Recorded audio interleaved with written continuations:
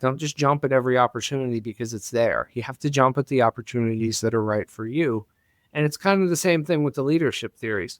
There are ones that will speak to specific people depending on their personality, depending on their situation of where they are in their career. And I want them to take those and say, okay, this is something I'm really into.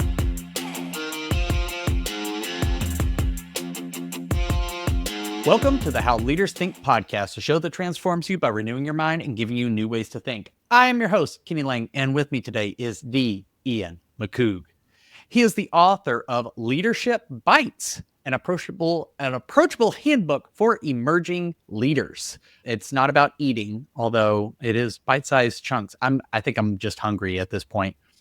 His work takes a storytelling approach to leadership. Leadership Bites is available everywhere fine books are sold because it is a fine book. Welcome to the show, Ian. Thank you, Kenny. Thanks for having me and for being so complimentary of my work. Hey, I'm excited. I love anything bite-sized, including one of my children. She's a little shorter. She actually has she got a hoodie, and it says, "I'm not short, I'm penguin-sized." Mm-hmm. So maybe that could be like a follow-up book, is like penguin-sized bites of leadership. Yes, I've also seen the fun-sized one. I'm not short, I'm fun-sized. That's good. That's a good one. There you go. Fun size. She is a lot of fun. She has a great attitude. Her brothers and sisters could take a note from her. They don't listen to the podcast, so I'm not worried about them perceiving that a certain way. Tell me, Ian, what is on your mind? Well, thanks for having me on, Kenny. Yeah. I'm a researcher who does a lot with leadership, as we've kind of talked about before. I came on the show today, and one of the things that you and I have discussed that I think is really important to contemporary leadership theory and people who are leading organizations, it is this notion of we have to get things done. We also want to value people. And how do we strike that good balance between checking all the boxes and making sure that everything is done that our organization needs us to do, while also making sure that people are feeling valued and, want to continue on not only with the organization, but moving forward with a shared vision that gets your group, your organization, your business, your school, whatever it is, where they want to go. Yeah. And when you say it like that, you're like, of course, that's what we're all trying to do, but that's not what ends up happening in the workplace. And anytime someone says, hey, this is the work and the research I'm doing and the good I'm trying to put into the world, it usually makes me think, what is it that is happening that makes that endeavor necessary?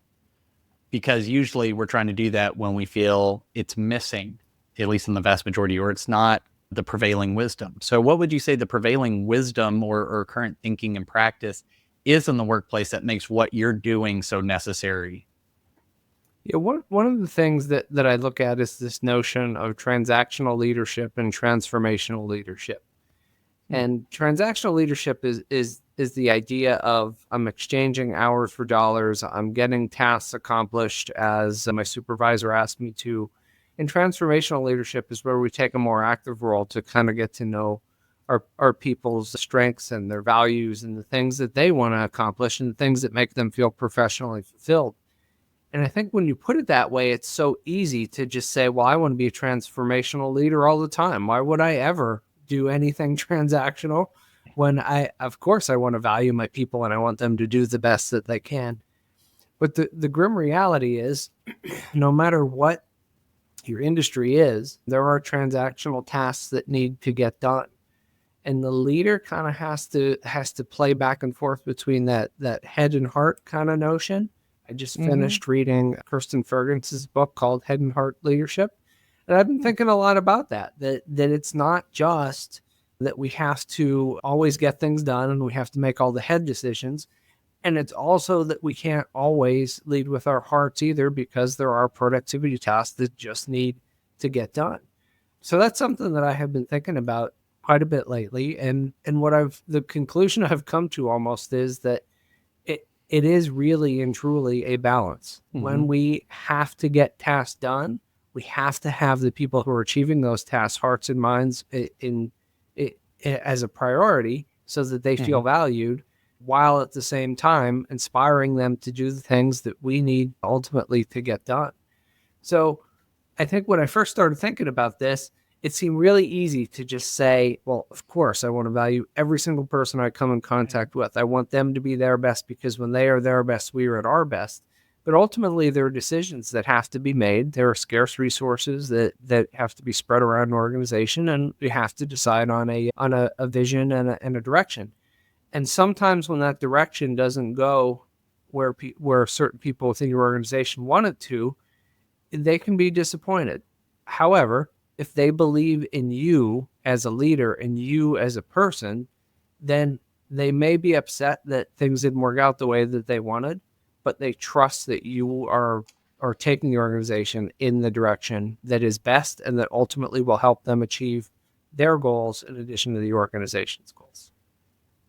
Yeah, man, that's a huge thing. It sounds like, if people can trust like who you are as a leader, then disagreement is bound to come if we work with anybody for any length of time. But so long as I trust who you are and that you have the best interest of the company, the department, the team in mind, then I'm not prone to disengage and suddenly like pull back my discretionary effort and commitment to performance. Is that fair to say? Yeah. Yeah. And I really feel like that's where we are as far as this continuum of leadership theory. As you had mentioned, my book kind of traces the history of leadership from the 1880s up to current theories. And some of the current theories are very heart heavy theories. And I thought, this is wonderful. If the world were, gumdrops and rainbows and everything was just, Right. always hunky dory and we didn't have any hard decisions to make.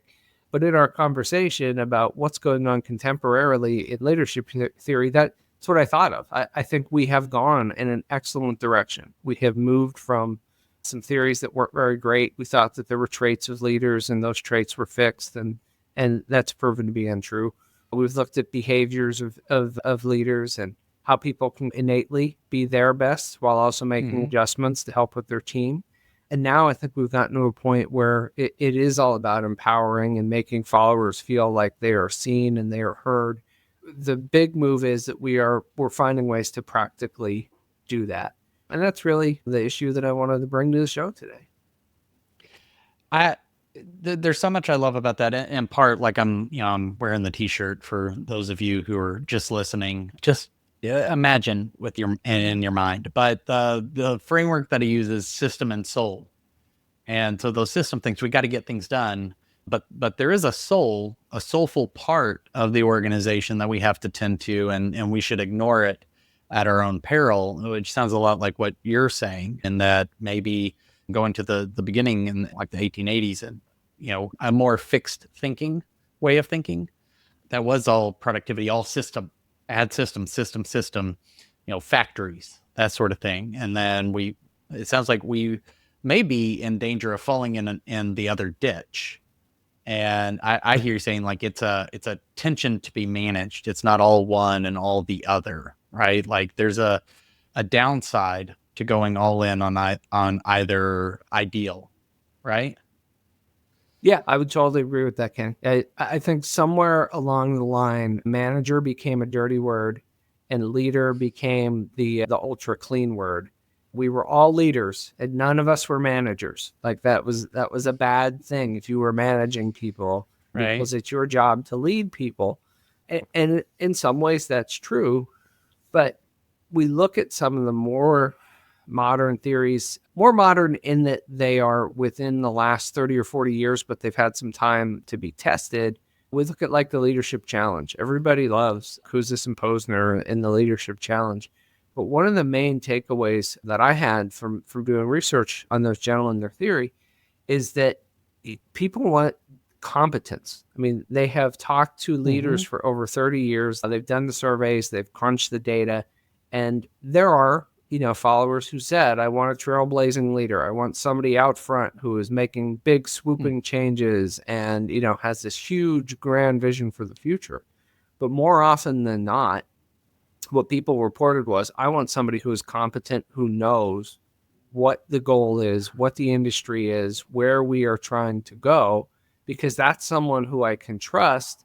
That it builds that psychological safety of this person Yeah. isn't trying to do anything crazy, but they Hmm. are trying to move us forward, and they're going to take everyone's thoughts into account as they do that. So, would you draw a distinction then between having the grand vision for the future and competence about where we're going? Do you think that those are those at odds with each other, or are they complementary, or are we conflating some words? I think they're part of the same transition. I think we start with this notion of I'm competent, I know what I'm doing. People, I've been put in this position of leadership because I have proven that competence over time, that I am ready to assume a role where people are going to follow me, they're going to follow my thought process. And it becomes that shared vision.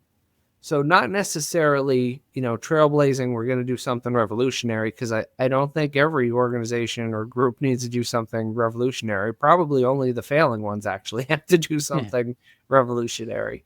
It's the notion of that gradual and steady pace. That slow and steady wins the race. Are we better today than we were yesterday? And that compounds until Hmm. eventually you get to where you want to go. And then the journey's never over. I've achieved goal X that I have set out. What is now goal Y? How has the market changed? Mm. How have Hmm. the needs of, in my case, since I'm a professor, my students changed in the time that it took us to achieve that goal? And now what should be the new goal? And how do we Hmm. steadily get to achieving that goal as well? Yeah, I heard a quote that said consistency beats intensity, which was tough for me to stomach because I pride myself on intensity, but I've really had to learn the value of consistency. Would you say, like in your research, that that's sort of born out of like what you've seen in terms of patterns of success? Yeah, in terms of long-term success, for sure. So the tortoise and the hare, of course, I think is where probably most people's brains went Yeah. as we're talking Yeah. about this. In the book, I have a tortoise and hare kind of scenario. So it's a sales team. Again, that's not my industry, but it's an industry that I researched for the book. We have a hare character who is just, Hmm. goal oriented, and how do we become the best, and how do we do it as quickly as possible? And then we have a tortoise character where people feel more valued. They're making those strides. They're learning as they're going. And it becomes an environment where one feels, again, psychological safety. One feels like this person has my back. They know I'm going to Hmm. make mistakes because I'm human. And they know that we are going to continue to move forward as a team. In the other scenario, maybe the psychological safety is lacking a little bit because the focus is on results more so than the growth of the people on the team. We'll just Hmm. sub somebody out if they can't keep up. It's a fast Hmm. paced lifestyle, and it's how it goes. At the end of this scenario, I don't really tell the reader what has happened, but you can kind of, intuit that the Hare team does really well really quickly. The Tortoise team incrementally does better, does better, does better. And then over a long term, as that burnout kind of comes in on the Hares team, unless you have a steady supply, people, you're just going to keep flipping Right. in and flipping out, flipping in, flipping out. The tortoise will eventually catch up. And it speaks to the culture of that organization. I mean, do I Yeah. really want to go work for an organization where I know we are going to have a great deal of success really quickly, but I might not be there in 6 months? Maybe I do. Hmm. Maybe I'm just looking for a quick payday and, this is great for me and I'll move on to the next thing. But I think most people would rather say, I want to be in a place where we get better, not worse, but we do it Hmm. incrementally where we can stick together, we can have lasting relationships, we can have meaningful relationships with our leadership and work towards that common goal. Right. And when I hear that, and I think anybody who's listening, when they hear that, they're like, yeah, of course, I would want to just always be improving, always be getting better. If that made so much sense, then we wouldn't have a need for the story, the fable. Mhm. And I think it's really the Hare, whether it's a team or a person, I think it's really seductive. because the hare gets a lot of attention faster, which, in your book, the talks about for emerging leaders. So I'm also thinking of those emerging leaders. If they're listening to this, they're trying to make a splash. They're trying to get attention. There's 1,000 other leaders just like me in this organization. What's going to make me stand out? What's going to, make me pop? And so we butt up against, well, I got to stand out, but improving and showing myself gradually, incrementally sounds like a great way to get behind as opposed to getting ahead. Can you speak to that tension? Yeah, and thank you for setting this up so well, because that's it's one of the notions behind the book. There are a lot of notions behind the book, obviously. One of them is storytelling. I feel like we learn best from stories. I could have written a very dry leadership theory book that says this is leadership theory throughout the ages, and this is what it is. But one of the things that you just called out, Kenny, that very few people who I've talked to about this call out, is the notion that this book is for emerging leaders. And the reason why I had chosen that as the title, and the reason why my publisher added the word approachable in there, is because it's for people who are trying to stand out, who are trying to make that leap. I think anybody can learn from this book in any leadership position, but really somebody who says like, okay, I am new to this, or this is the next step I want to take in my career or in my profession. There's a couple reasons why Leadership Bites is a good book. And I think one, because it is approachable. The stories kind of explain things in ways that make sense to the reader, but it also gives you that opportunity to stand out because it's comprehensive. It's a comprehensive, like, this is what we have thought about leadership the whole time. And what I want the reader to do is find the ones that specifically work for them.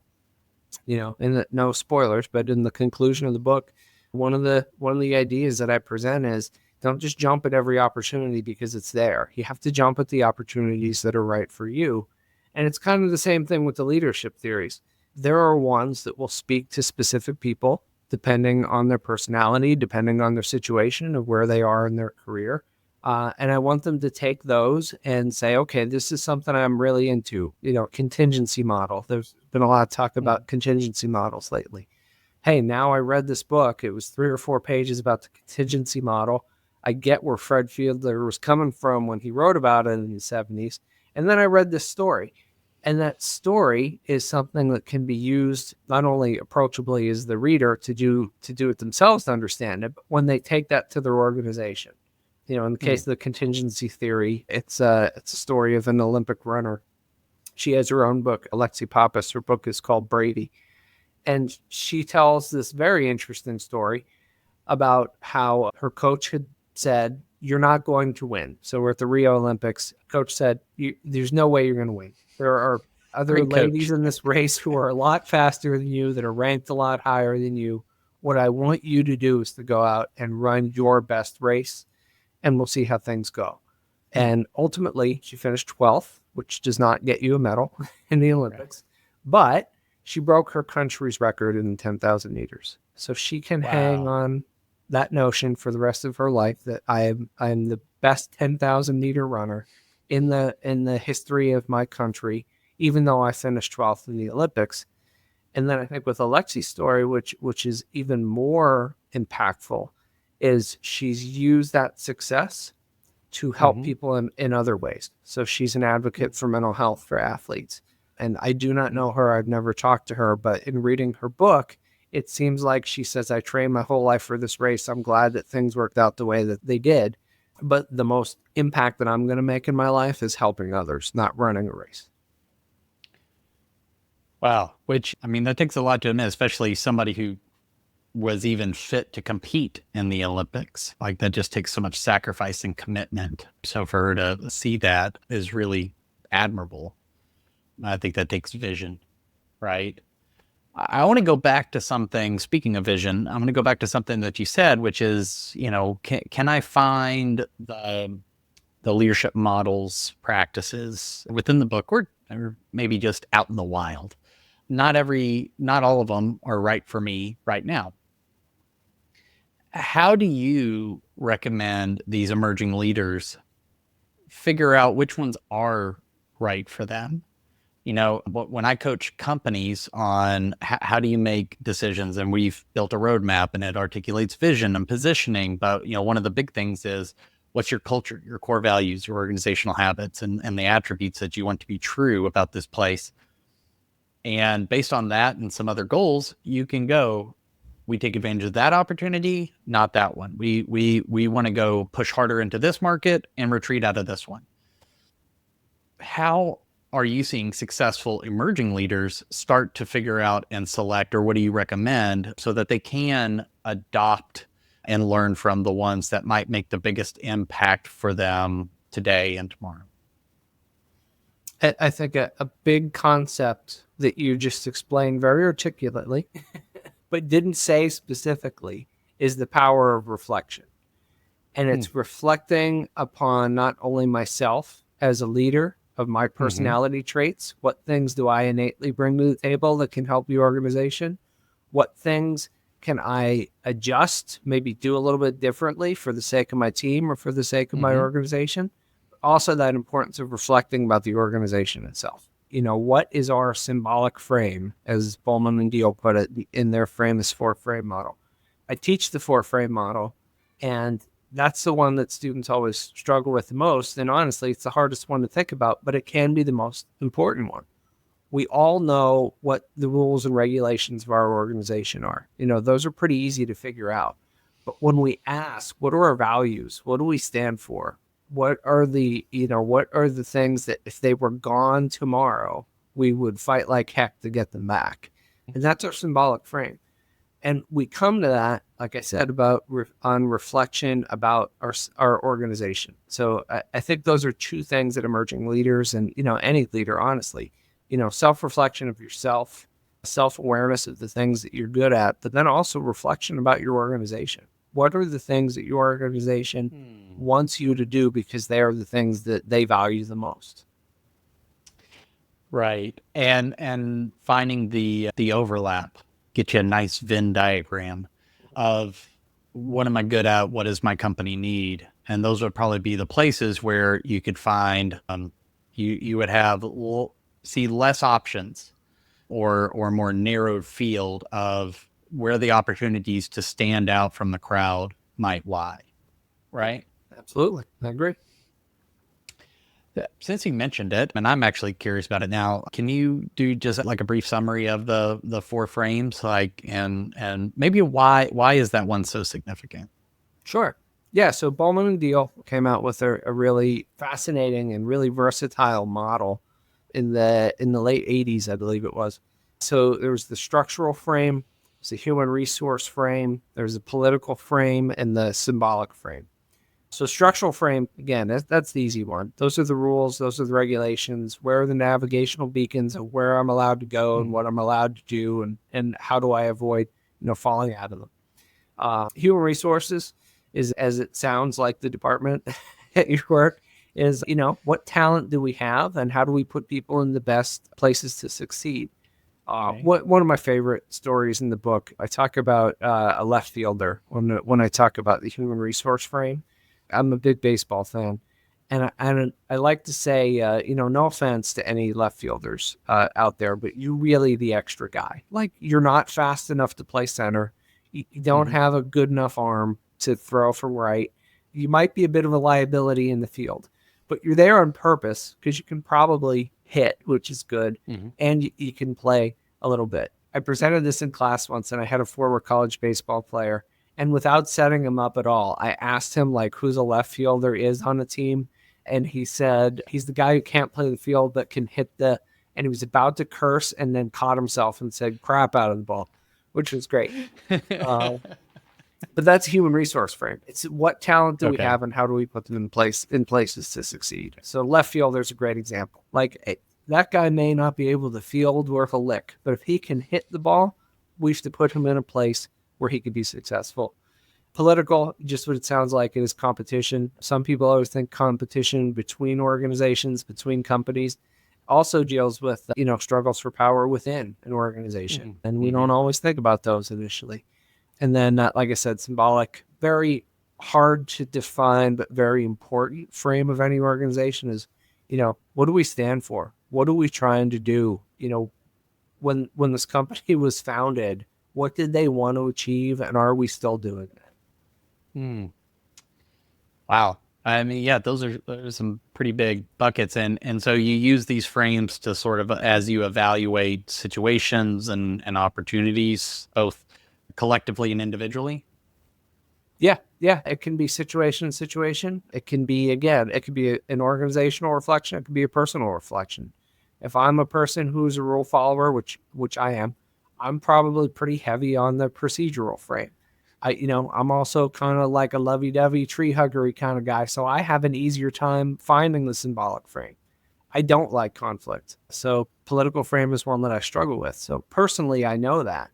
But also any situation that comes up in an organization, I ask my students to kind of reflect upon a time in their life, personally or professionally, when they were leading an organization and how they could have made more sense of a sticky situation by looking at it through the four frames.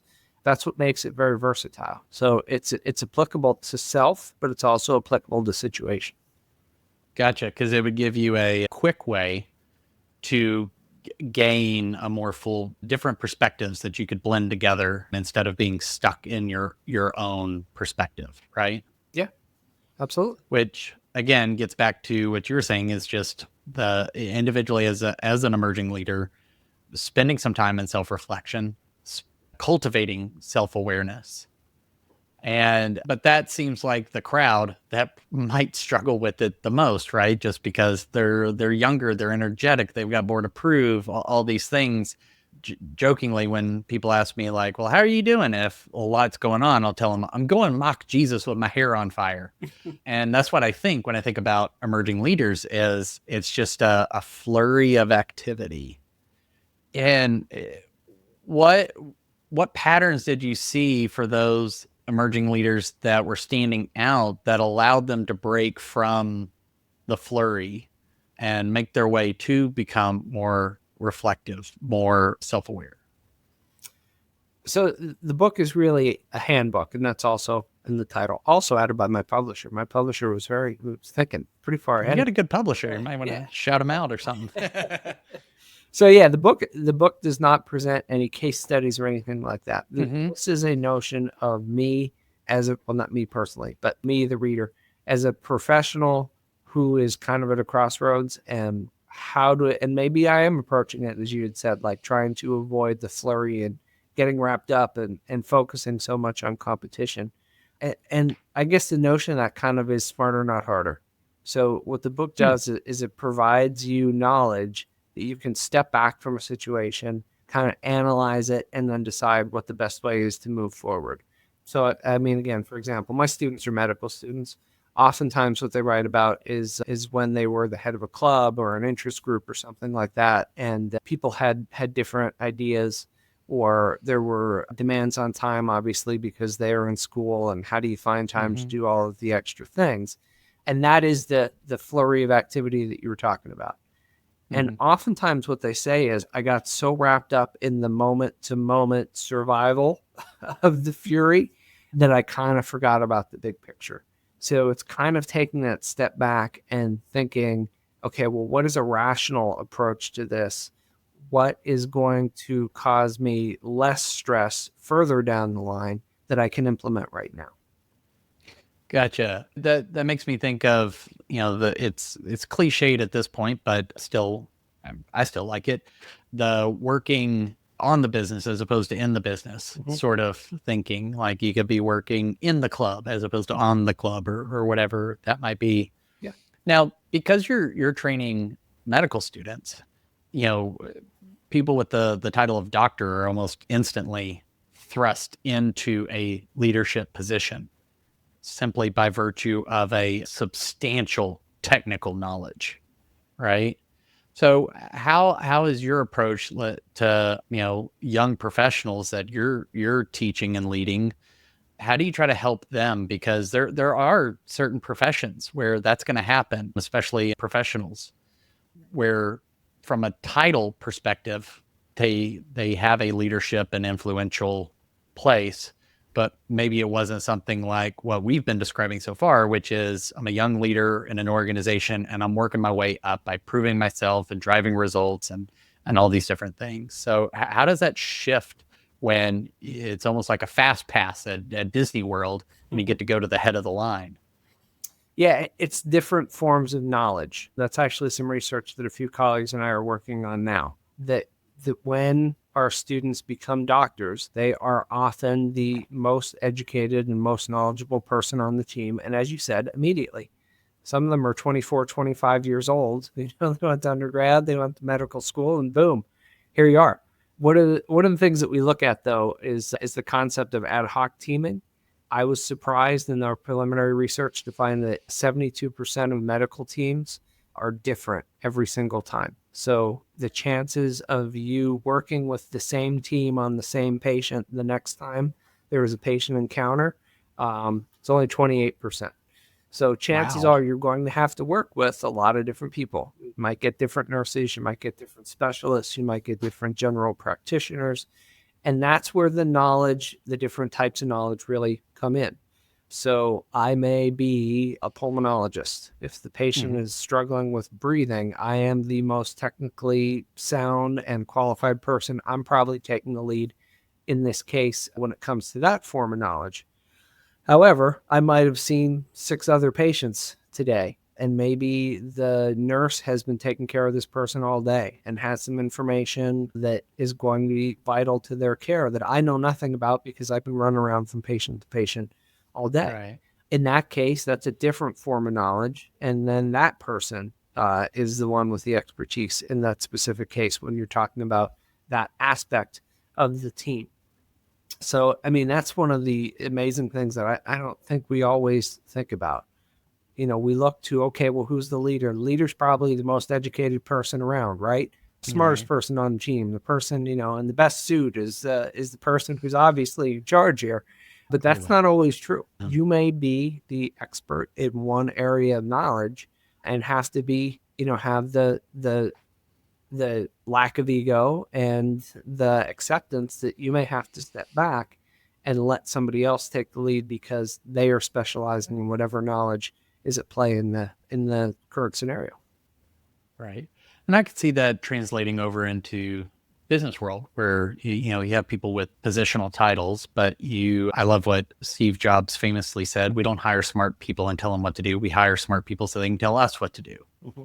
Right. So I may be as a leader, I may be in a position where I've got to be sort of the aggregator, synthesizer of these experts of the different forms of knowledge. Mm-hmm. I may be the most educated on something, but I can't be the most educated on everything. Right. And so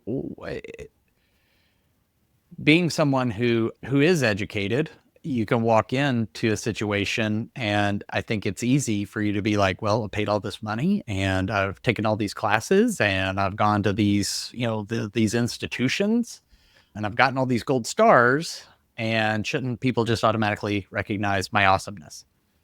How do you recommend that they step into those rooms where it is sort of like a different team every time? Because sometimes if you could, those 28%, you build relationship, there's trust. Like you were saying earlier, is I can trust who you are, even if I disagree.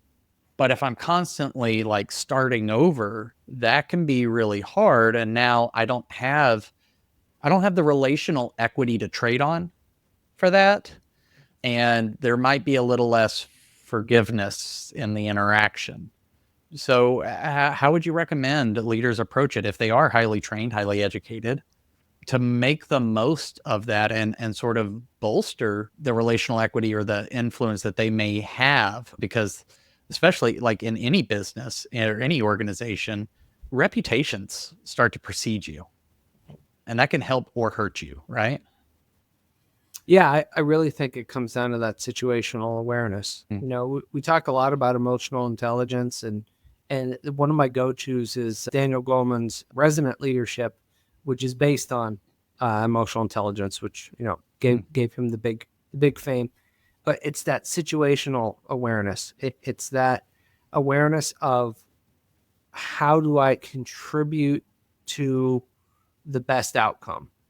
And sometimes that is, parking your ego and listening more so than talking, which is hard when you're a highly trained person, because sometimes you feel like you should be talking more often. You should be out front. You should be leading. But, I've always heard the adage, and, I don't know who coined it at this point, because we're talking about like Hackney sayings, God gave you 2 ears and 1 mouth. And I say that to myself a lot in meetings. There are a lot of times that somebody says something and I really say like, oh man, I got something so good to contribute to that. I would love to give like a retort, but then I remember God gave me 2 ears and 1 mouth. I'm going to sit back. I'm going to listen. And when it comes to me is when I'll impart this knowledge, because by the time it comes around to me, maybe we're talking about something completely different and I can contribute in other ways. Yeah, I'm having flashbacks of my dad's voice that to me repeatedly as I was growing up. It's like 2 ears, 1 mouth. You should communicate in that ratio. Yeah, yes, sir. Well, Ian, if someone's listening and they're like, I think I'm an emerging leader. I'm an up and comer. I'm trying to stand out. What's something, a first step, a baby step that this person could take in the next 24 hours with little to no money invested to make progress towards maybe emerging further? Yeah, and I think we were leading right into this question really well when I talked about resonant leadership. And that's one that I really believe in, that you can do today for zero money, as you had said, because it's just a very effective, thought exercise for you to do. I keep saying eventually I'm going to need a new example for this, because no one is going to know what a tuning fork is anymore. However, think of a tuning fork. And oftentimes doctors I work with are like, oh, trust me, I know. That's how I used to do my hearing tests on infants. Yeah. So like, I got it. But when you strike a tuning fork, it's loudest and it vibrates quickest when it first is hit. And eventually it slows down and the hum gets a little bit fainter and a little bit fainter and a little bit fainter. But it has made its way throughout the entire, environment of where you are. So think of making a decision as striking that tuning fork. People that hear it loudest are the people closest to you. Okay, so the people that directly report to you are the ones that are going to hear that decision, that are going to, understand it most articulately, and it's probably going to affect them directly the most. But as that continues to vibrate and the hum continues to get a little bit quieter, it goes throughout the organization. It goes to the people that report to those people, and the people that report to those people, and the people that report to those people. And, perhaps the third shift maintenance man has nothing to do with that decision that you had made. However, it has made its way all the way to him or her. It has gone through everyone in the organization. It has touched everyone in the organization. And as leaders, that is what we do.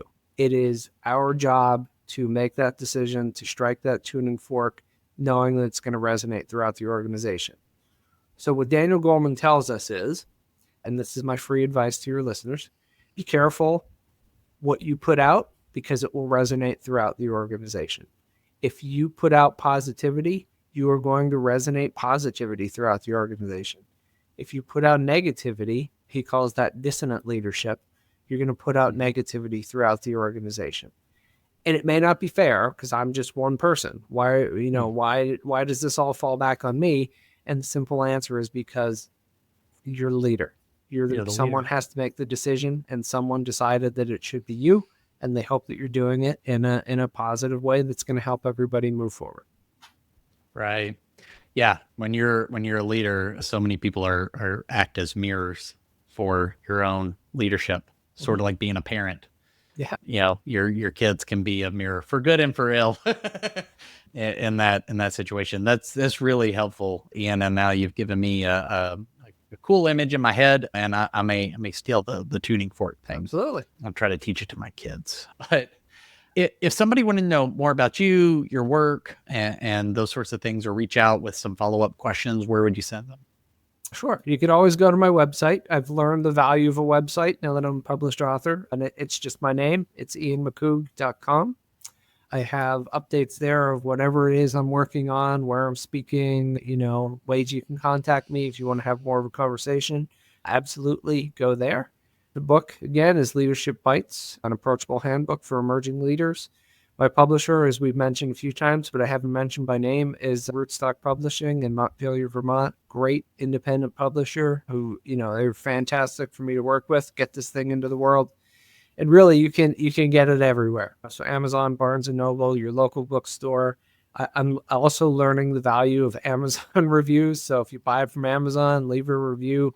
Apparently, that's more of a thing than I anticipated when I started. But yeah, Right. check out my website. Check out the book. You can get it anywhere you get books. Excellent. Well, thank you so much, Ian, for spending some time with me and dropping some knowledge and some wisdom on us, some bites of leadership knowledge, dare I say. I really appreciate it, and look forward to the additional research that you said that y'all were working on. I'll be intrigued to hear results from that. To the listener, thank you so much for spending part of your day with myself and Ian. We hope you were not only entertained, but that you really walked away with a new way to think and lead, and that you'll put what Ian suggested into practice quickly.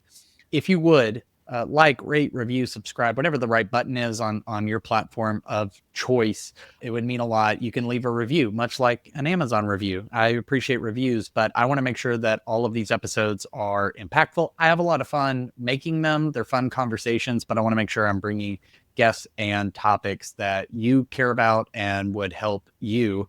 In addition, when you interact with the show on any platform, it helps put it into the algorithm and pop up in front of more people to be discoverable.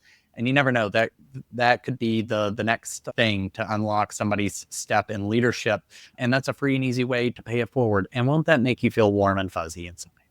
But until next time, change the way you think, you'll change the way you lead. We'll see you.